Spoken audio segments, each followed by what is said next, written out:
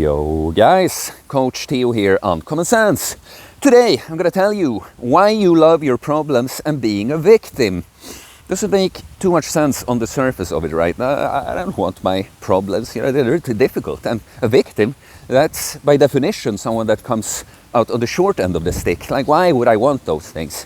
Well, it is because you love attention and you love blaming something other than yourself for your circumstances and not having what you want, or rather your ego does.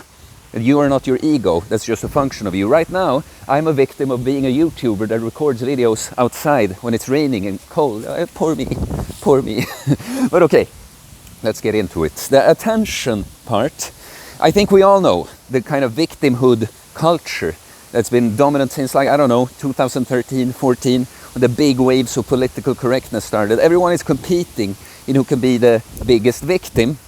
And of course, it feels good because you get attention for it, and it's right. It's right, because you have these special problems, because you're a woman. It's so difficult being a woman. Look at all these things I have to deal with just because I'm a woman. But look at me, I'm a black woman. I have to deal with racism too, apart from the woman thing. But look at me, I'm a gay black woman.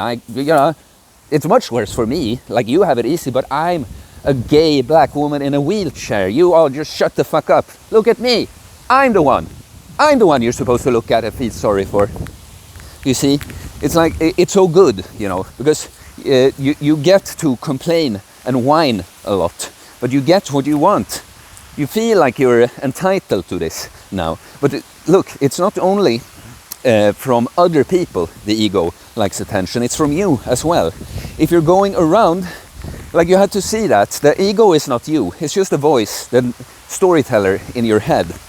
And if you're going around just feeling pretty okay about things, the ego doesn't get much to attention from you. But if it's always telling a story of, oh shit, it's so difficult being you, with your unique problems and your identity and all this, no one can possibly understand.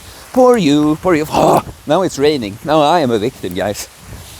Yeah, but so your problems, I guess I'll just stand under the tree here for a bit. Wow. Okay, but I have to go on now. Your problems, why you love them so much, is because if they are huge enough, it feels like it's something outside of you, right? You can blame this thing, but why you don't have what you want. Now, it's not really you. You don't really have to take responsibility for it, because just look at this thing. I mean, it's obvious, right? I would have what I wanted if I didn't have this problem, I could do that if only it wasn't for this thing.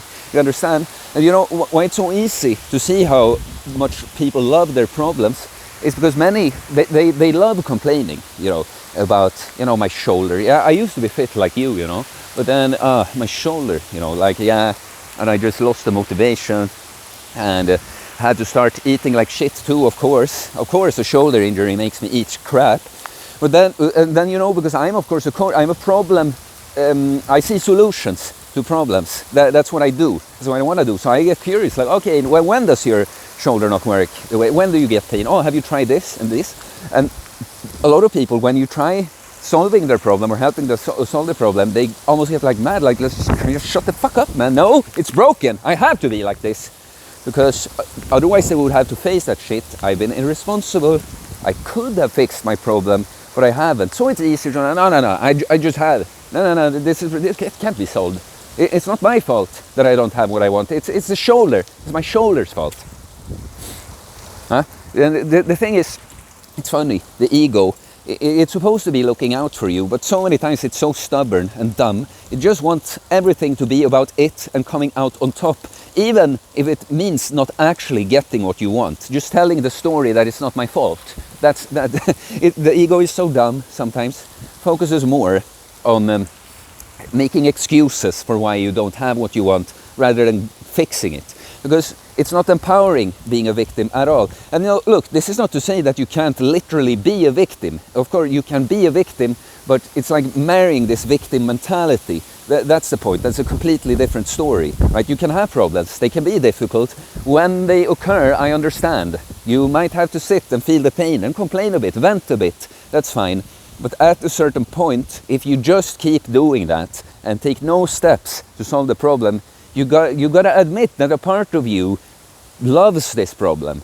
The ego will want to come up with excuses too. Like, no, but it doesn't feel good. I don't like this. I would really want this. Yeah, but something is comfortable. Something feels better about being a victim and blaming something outside of yourself, rather than realizing, yeah, okay, I have this problem, but I actually could have done something about it all along. That feels even worse. And look, I talk about these things. I often talk about them. I mean, I get inspired from stuff outside, people I have to deal with sometimes, but I often take my own experiences to bring to you. Like, first and foremost, in a previous life, I was very much, living in a victim mentality. And it's funny too, right? Because a lot of people that want to blame and say that others are playing victim, they are doing it a lot. Like, I used to point the finger at everyone, oh, women, they complain, blah, blah, blah, blah, but they have it so easy with this. And these people, they complain about this, blah, blah, blah, blah.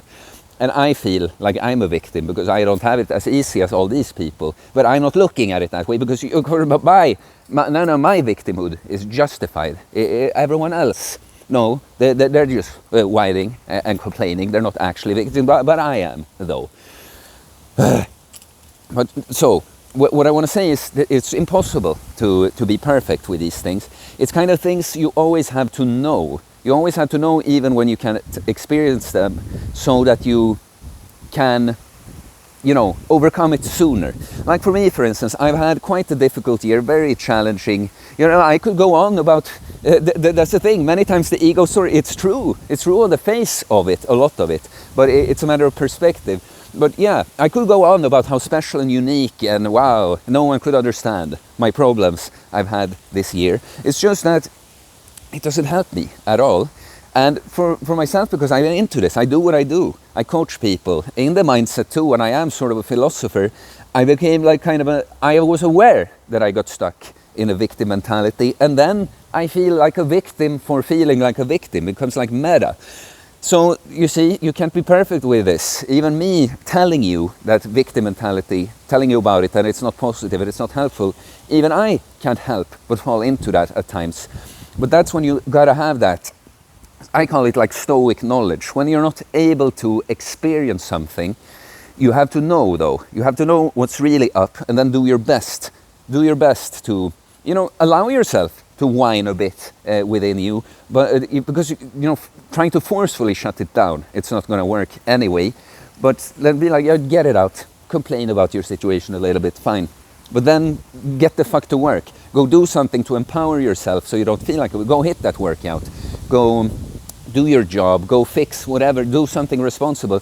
Do something that empowers you, that shows that you're not a victim, that you actually can control, take charge of aspects of your life. And then gradually you're going to move more and more out of it. But too many people, they wouldn't admit it. They wouldn't admit it, and I understand. It's like a blind spot. You feel like, but I'm not doing well. Well, to the ego, it's still complaining about your situation and just being stuck in it. Somehow feels better and more comfortable than stepping up and realizing, shit, I'm actually part of this. Even if sometimes it wasn't my fault, it is now my responsibility, and I actually can do something about it. And look, no matter how unique your situation seems, it rarely is. Someone has been through something similar or worse. Overwhelming majority of the time. All right? The ego just wants you to think you're special. Look at me how tough I have it. No, it's not my fault. No, it's unique. It is different for me. But it isn't. All right? Please leave a comment. Please like. What do you think? Are you the true victim? Do you have good reasons? Oh, I wish I should have gone into all the weight loss stuff. And people that feel like victims for being fat. That's the funniest thing ever, because no one pushed food down your throat. Even there, of course, it wasn't always your fault. It's a trauma, it's a coping mechanism. Sometimes you grew up around it, but it's definitely something that's entirely within your control, that your buddies ask you if you want to drink beer or something. That it's not you can say no, you're not a victim to that. You choose to do that, all right? But okay. Speaking of the weight loss and fitness and that, and all this, we have a group coaching thing coming up. I'm recruiting people right now. You can send me a direct message or email me. It's all in the description below, and I'll tell you more about how all that works. I have kind of a special one-on-one coaching deal for the remainder of August too now, at a cheaper price. It won't come back after that, so if you're interested in that, please let me know. Please subscribe for more content about fitness, fasting, losing weight, building muscle, self-improvement, stoicism, mental health, philosophy, mindset. It's a mindset, guys. Stop being a victim. Take responsibility. Peace.